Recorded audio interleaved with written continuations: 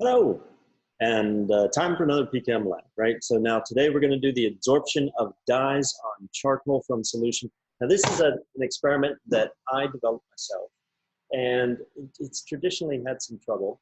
And so I went back and did it again, and I'm introducing some changes into this because I gave you maybe a little too much freedom in this before. So now I'm trying to do some things to make sure you get good results. All right, so what we're going to do, we need the Carry Eclipse Fluorescence Spectrometer.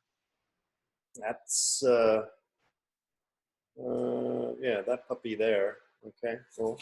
Probably haven't used fluorescence spectrometer before, and we'll use that. We're going to use some dyes. Oh, this time we're going to use, got a whole collection of dyes. Actually, we got loads and loads of dyes. And today, we're going to use methylene blue. Methylene blue, nice blue dye there. All right, okay, and charcoal. Charcoal, we keep that in the analytical lab. It's in a drying oven. Volumetric flasks, 10 100 ml volumetric flasks. And oh, look how nasty those are. There's something, when I went to do this, I said, what are all these nasty, how do you get that off of there? Oh, wait a second, you know what? This is actually pretty easy. Right, over here, we've got a cabinet full of the flammables, right? Flammables including acetone, right? So there's acetone. Hey, wonderful. Acetone, oh, you can't read that because it's backwards. But acetone dissolves very nicely in adhesives, right? So don't be afraid, right? Because you're going to have to label up all your volumetric flasks here, and when they come out all nasty like this, hey, wait a second. Let's get some acetone, right? Put that on a paper towel. We have the technology. We are chemists, right? And this acetone is really good at dissolving, ink, right? It takes off that ink. It's paint, nail polish remover after all, right? And it's also really good at getting rid of the adhesive that's on all those labels. So when we've got a really nasty volumetric flask like this, we're going to do the right thing. We're not going to be like those nasty students who came the year before us and messed this all up. No, no, no. We're going to take these off of here, right, and make us a nice, takes a little elbow grease, maybe, got to rub those things, get rid of the paper part, got that adhesive on there. It may take, a second application of this, but we are industrious, hardworking chemists who like to do a job and do a job well, right? So we're gonna make a nice clean beaker or volumetric flask because we need 10 of these. There are gonna be 5 standards and 5 solutions that we're gonna put graphite in, or charcoal, but it's essentially graphite. And so we're going to need to mark these with a grease pen, right? Okay, took a little bit of elbow grease, and maybe that's 5-6 years worth of students not cleaning these up, but whoa, look at that, we got a nice clean volumetric flask. And now we can label that one up. We're going to have a row of these that we're going to call the graphite one, so we're going to call that G1 through 5, and then we're going to have another set of 5 of these, right? That'll be the standards, because we have to standardize the fluorescence signal. So those are going to be ST1 through 5. That's a little change to the procedure that I'm going to put in here, okay? You're going to need some volumetric pipettes. This is one thing that I will introduce new, a bunch of volumetric pipettes that we're going to use. And if you have a 50, it actually does say 50, okay. A 20, a 10, a 5, a 4, a 2, and a 1. You can do all the pipetting that we have to because we want to know the volumes on this one. You need a thermostatic bath and a controller. Oh wait, you can see I got my samples already in there, right? Okay. So what are we going to do? We're going to absorb some dye. That's these, right? Dye molecules. If you look at the end of the lab, you'll see that these dye molecules that I picked out, methylene blue is the one I'm going to use now, blue. It's another one we can use. Like plate-like molecules. They have a big conjugated set of fused rings, right? So nice flat molecules that stick on this graphite surface, right? Okay, so what do we have to do? We have to make up 2 sets of solutions, right? We already have the standard here, and I'm going to institute a little change here, because before I used to say, I'll make up some solutions in the range of 2 to 1 times 10 to the minus 4 molar. And people would try to be really exact and get those numbers. Who cares if you're supposed to spread through that range evenly to spread out some points, right? And you don't want to make your life really, really hard, right? So we've got, 5 volumetric flasks, all right? Some of the other ones need to be cleaned up. All right, we've got 5 volumetric flasks, some of which we've cleaned up nicely. And then we've marked G1 through 5. And then we've got a solution that's roughly 1 times 10 to the minus 4, where it's actually 9.661 times 10 to the minus 5. All right, so I'm not going to try to put, wacky volumes in here to get the dilutions that I need, C1 V1 equals C2 V2. Instead, I'm going to run a quick calculation in Igor, of course, I'm going to say, all right, so I've got roughly 1 times 10 to the minus 4. If I had 1 times 10 to the minus 4, what volume, because I'm going to dilute these up to 100, what volume of that stock solution do I need to get roughly the numbers that I wanted? 2, 4, 5, 7, 9, 10 to the 10 to the minus 5, all right? And oh, wait a second. Then I run the calculation in Igor, and it says something like, I need, well, the first one is just the pure stuff, right? It actually says like 101 mLs. Well, you can't put 101 mLs. No, you just make it 0.9. That's okay, 0.966. That's what you want. And then the other ones, it says 92 and 81 and 53 and 22 or something. Wait a second. What are the easy things to do with the equipment I have? Oh, wait a second. I need just 100 mLs of the stock, 90, 80, 50, and 20. Make them nice round numbers because you got round numbers on your pipettes, right? So the first thing we do is say, oh wait, 100, all right, I'll just fill that up to the line, right, that's fine. Then 90, 80, 50, oh wait a second, if I take my 50 ml pipette, right, you rinse it out first, you pull it up above the line, right, pull off the bulb. Oh, and this one actually takes a couple of times to pull it up in here, right? So we do that, we pull up above the line, got the thumb on the top, roll it over. If you want to use, one of the other kinds, you can do that. We got various bulbs here, right? Okay, then you get it right to the line, boom, 50, and I go 50, 50, 50. Well, this one's done, because that one has 50 in it, right? Whoops, let me get these down here, right? Because if we had these 5 sets here, all right, and we're supposed to put in 100, 90, 80, 50, and 20, this one I just filled to 100. Boom, that's out of the way. Then I take my 50 ml pipette and I put 50, 50, 50 in. Oh, that one's done because it only needed 50. But I want to get 90 and 80 in here. To get 90 in here, I already have 50. Oh, wait a second. Go to the 20 ml beer volumetric pipette and do 2 more. That takes this to 90. It's done. Put 20 in here and another 10. Boom.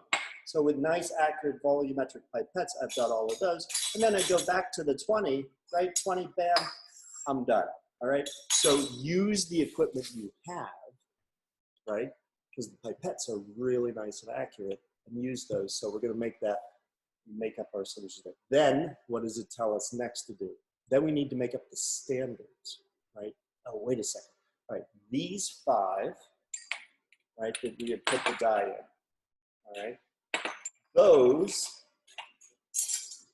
we can use, right, either our stock, or when we're making really low dilutions, it's, you don't want to take 0.1 of an ml out of here. But if we have a very dilute solution already, we can dilute that further. So we're going to make up the standards out of the stock solution and the most dilute. And we're supposed to cover this range. Again, it tells us a range 0.1 to 4 times 10 to the minus 6 molar, right? So again, run a quick calculation. Igor say, oh, I've got this dilute solution, I've got this stock solution, what do I have to do? Get my 5 beakers, I run up my calculation, and I say, oh, wait a second, if I take 4 mLs, 2 mLs of stock, 5 mLs, 2 mLs, or 1 mL of this, I'll hit the concentrations that I'm supposed to hit. Again, round off to nice numbers that are consistent with the pipettes that you have. So I take 5 more of these and I put in what I need. Then I'm going to fill those up to 100. And oh, there they are. There are these stock solutions, which if you look, you can see which one is the most concentrated and which one is the least concentrated based on, you know, using that spectrometer, that really good spectrometer you have, your eye. So you can see those. All right, so those are the stock solutions. And so they're all labeled ST1 to ST5. All right. Now, the other thing that we do, right, with the samples that we're going to put the charcoal in, the graphite in, is you'll see that it says remove 10 mLs. Why is that? Well, you'll notice that when you fill up to the line a volumetric flask, and in fact, why don't we do this on one of these to illustrate the proper way to use one of these puppies, right? That if we're going to do something like, let's do a dilution so that we, now, don't want to pipe that directly out of there. I'm going to take some of this. Right. We're going to pour it in here first, okay, into a beaker. Bam, right? We'd do the pipetting out of here. Right? I'm going to skip that step for just ease. But another thing that I want to get across, right? This is another thing that I notice all the time, right? So we've got a little bit of our solution in there. And then we need to, we've got some deionized water, and we fill it up a bit.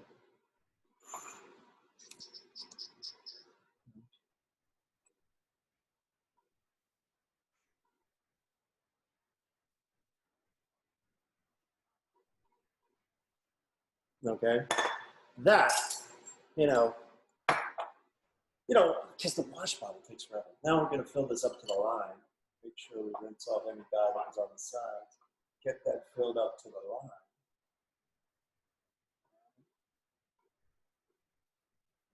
Eye directly across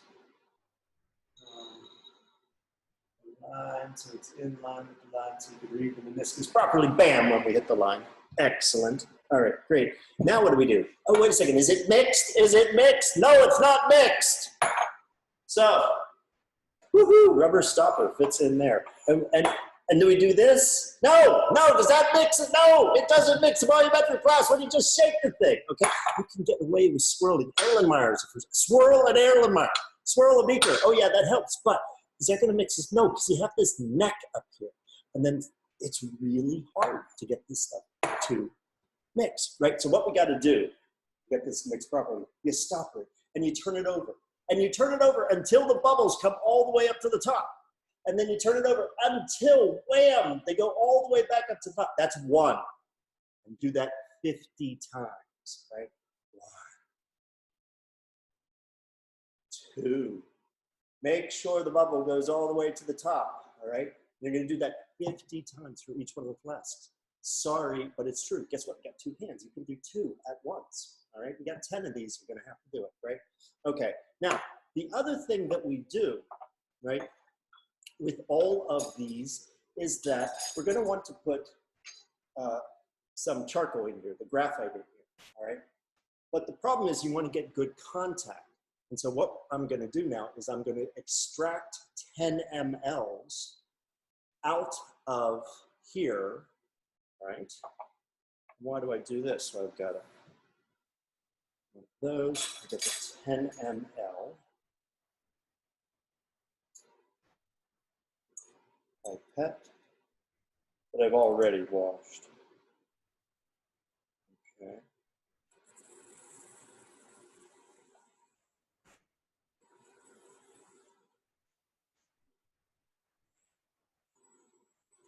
Let's plug the line. Boom. Let it release until the line.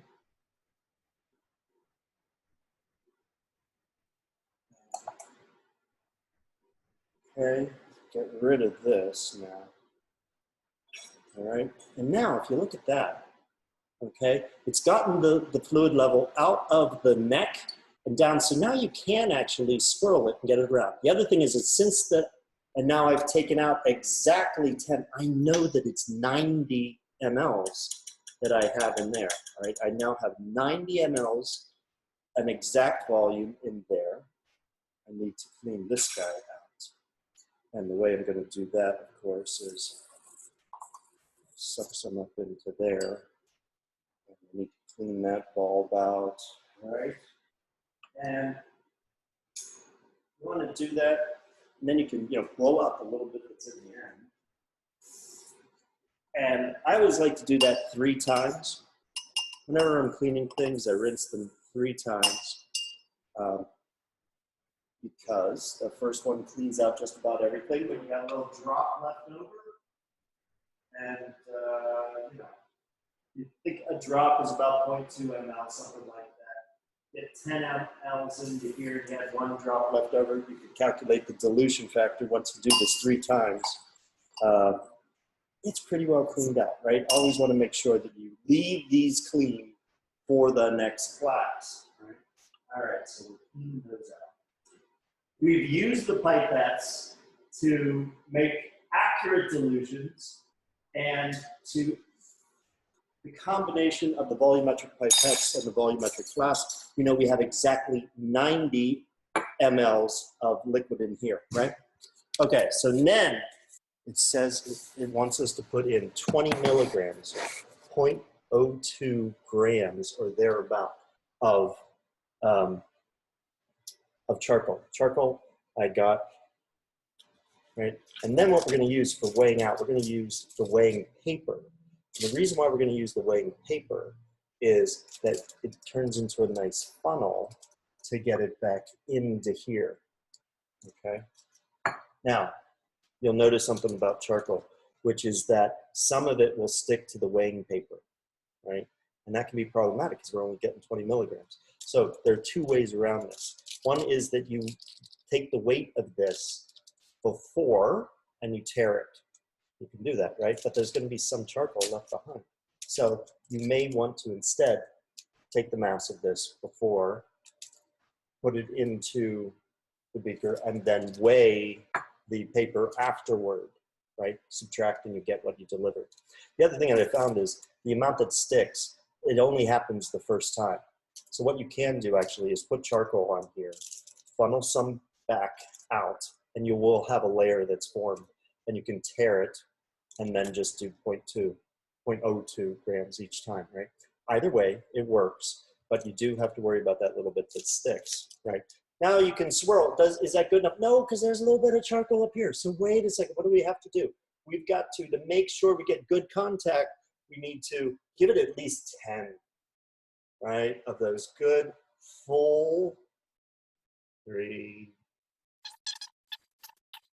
10, right? And that way you know that you've cleaned out the top and whatnot. Now you can swirl a bit. Now there's some swirling, and you'll get good contact with the charcoal and the dye. And then we have to allow that to equilibrate.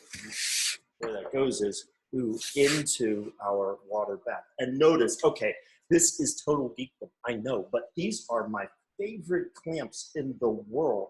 Look at these little puppies here that allow you to clamp something onto the side of this and hold, right? So here's a flask with some charcoal in it. right? Which we can now swirl, because we occasionally do that. And you clamp these onto the side, and then it allows you to hold these below the water level so that they can equilibrate to 25 degrees C. We do that for 2 hours. You still have a little bit of time to go, but every 15, 20 minutes or so, you come over here, you give them a swirl.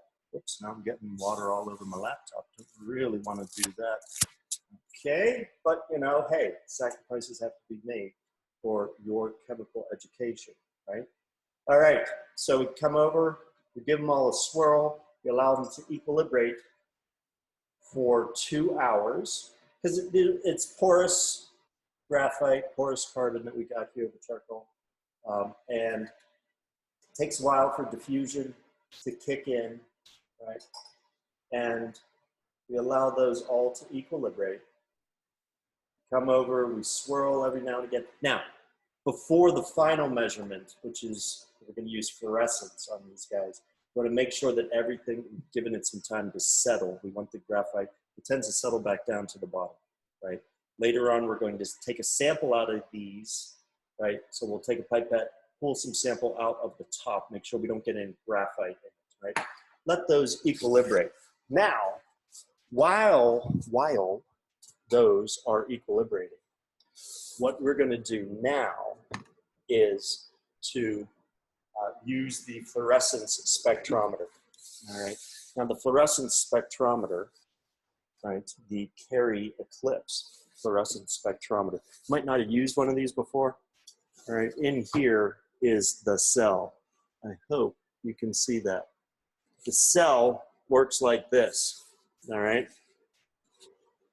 Light comes in from this side, has to pass through your sample, and then light goes out at 90 degrees and is detected over here. There's a monochromator back here that moves, selects the wavelength of the excitation light. There's a monochromator over here, whoops, over here. It selects what wavelength of light you're detecting, the emission wavelength.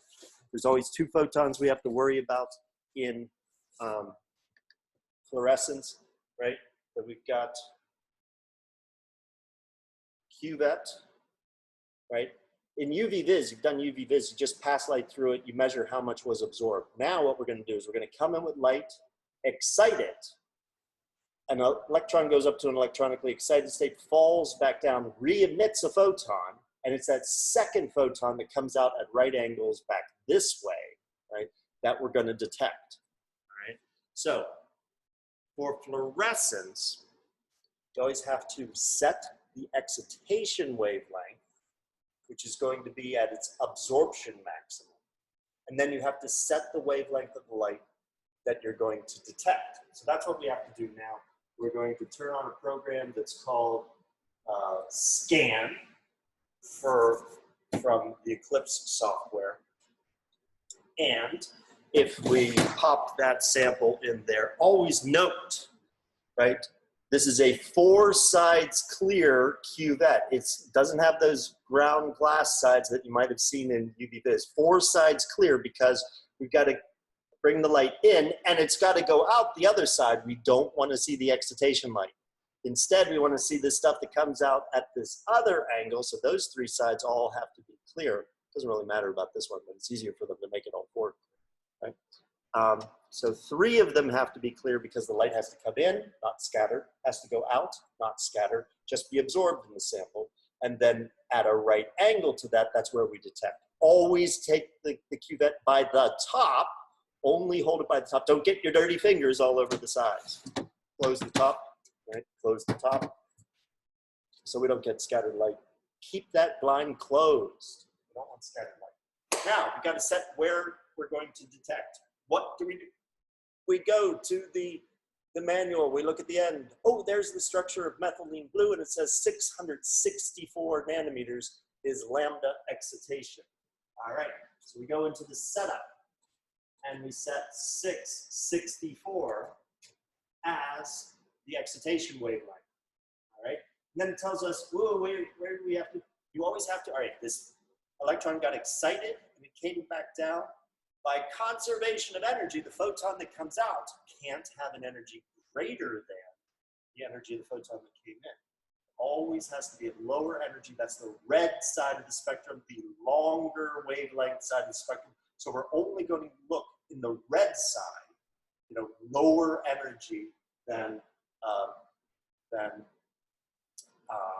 664 nanometers, longer wavelength.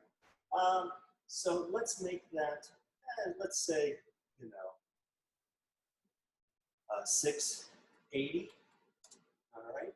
We'll scan up higher than that, say 750 or so, 664 nanometers. We're exciting. And we're going to look over here at 680 to 750 nanometers. And then the other thing you get to set is the excitation slit and the emission slit. All right, what we get to do is to set, there's light that's coming in this side, we get to set the bandwidth, right? The 664 nanometers is the middle of that, but we can go, oh, plus or minus a little bit either side, set a window, right? And it can be 5, 10, 2.5, 1, 20 nanometers wide, right? That's a bandwidth of light that comes in to excite. And the same way when we detect, we can detect very narrow bandwidth, right? Spectroscopy, as always, is the trade-off between three things: signal to noise, sensitivity, and patience, right? You can get infinite signal to noise with ultimate resolution if you wait forever. But we want to get data today, right? So what do we want? Turns out we're going to have, don't worry about resolution here. We've got a big broad peak. That's not a problem. But what we need is sensitivity. So we can open up the slits to get lots of signal. We've got to make sure we don't get scattered light, light from the sky, light from the excitation. So we're going to play around with the size of those slits to get the right numbers, all right? Let's start at, came up with 5 and 5. Hey, let's do 5 and 5, all right? And I'm going to do one little option here, overlay traces, just so that I can perform one scan together. So now, here we go. Excitation at 664, detecting 680 to 750 with 5 nanometer slits on the excitation and the emission. So start, sample 1, boom, here we go, right? And what you see is, can you see that? You can't see anything. Why? Oh, there you go.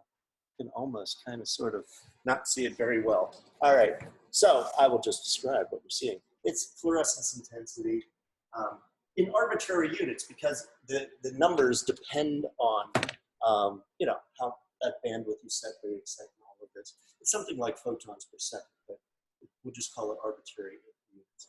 And it's a big, broad peak, peaking at around, 690 wave numbers, all right? But it's only 229 or something like that. It's not, it can go to 1,000. Now, 229 would probably work, but we've got lots more signal that we could get, and the way we can increase the signal is increase the slit width. Let's increase the emission. All right, I'm gonna increase the emission slit width over here to detect more of the fluorescence. I don't want to increase the excitation first because I might get more scattered light from that. Instead, I'm going to look at the stuff we're actually detecting. And when I do that and run it again, this slit went from 5 to 10, and it really is a slit, and so it opens up an area that's about 4 times the size. If you open it up twice as wide, the area, right, ends up being 4 times the size.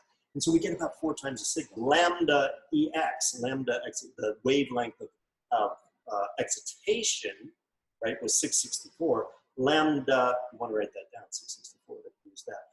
And now lambda EM, where we're going to, right, boom, I'm going to write this down here. Lambda EM is equal to 690. That's the peak over here. We want to detect where we get the most signal. And in the setup, right, I had a slit width on the emission. We want to write this down. Emission slit width, 10 nanometers. Excitation slit width, 5 nanometers. So we've got that, right? 5 nanometer excitation slit width, 10 nanometer emission slit width, and 690 is where we're going to detect the emission lambda EM. And lambda EX, lambda excitation, is 664 nanometers. Write those all down. Yeah, well, so we can say the spectrum, put it in there, say, hey, this is where we're going to detect. You see it's a nice broad spectrum. Great. That works really well. Okay. Boom. But now, for the calibration of fluorescence to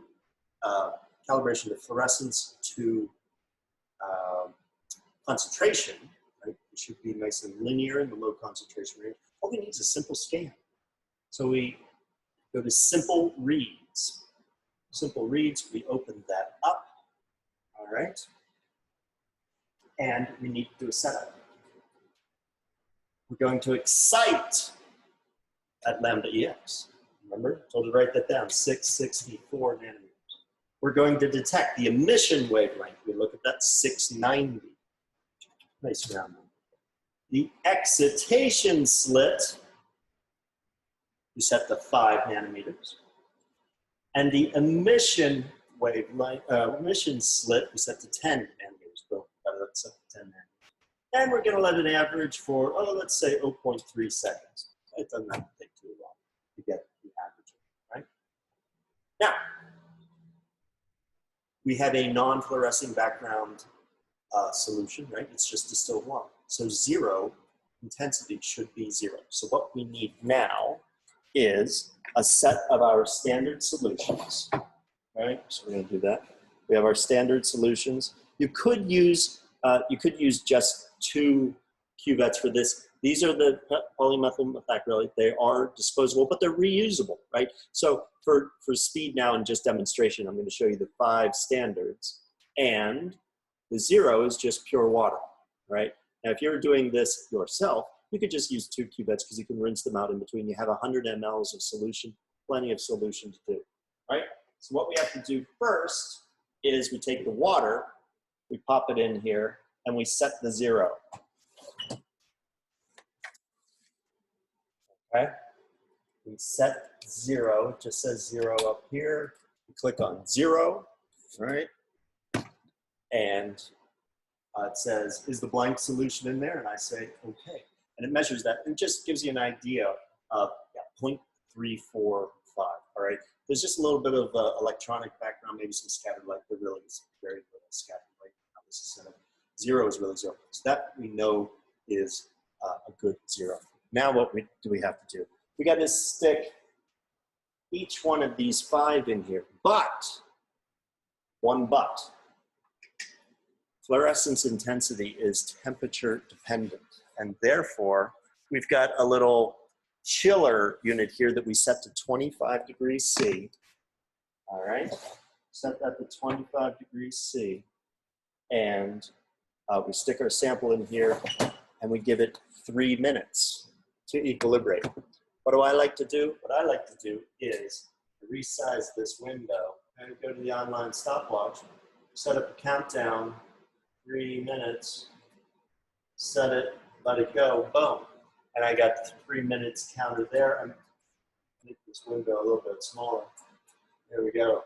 Online stopwatch, very useful in the lab because we always got the computer in the lab anyway. So you got 3 minutes, you leave that and you set it for 3 minutes. And then you do that for each one of your standards and you write down the fluorescence values for each one of those standards. Now, we also, right, we had for, here we go, we had for the graphite samples, we know for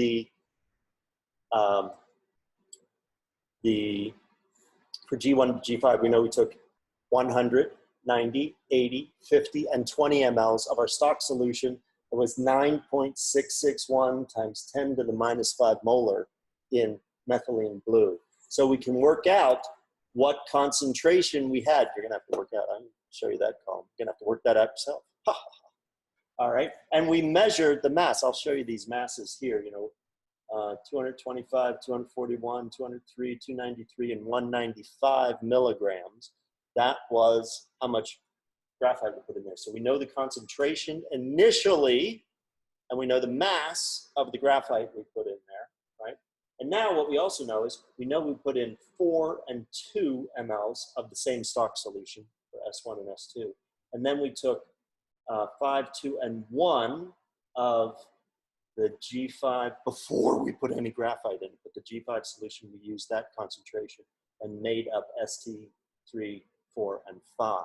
Right? So we know their concentrations.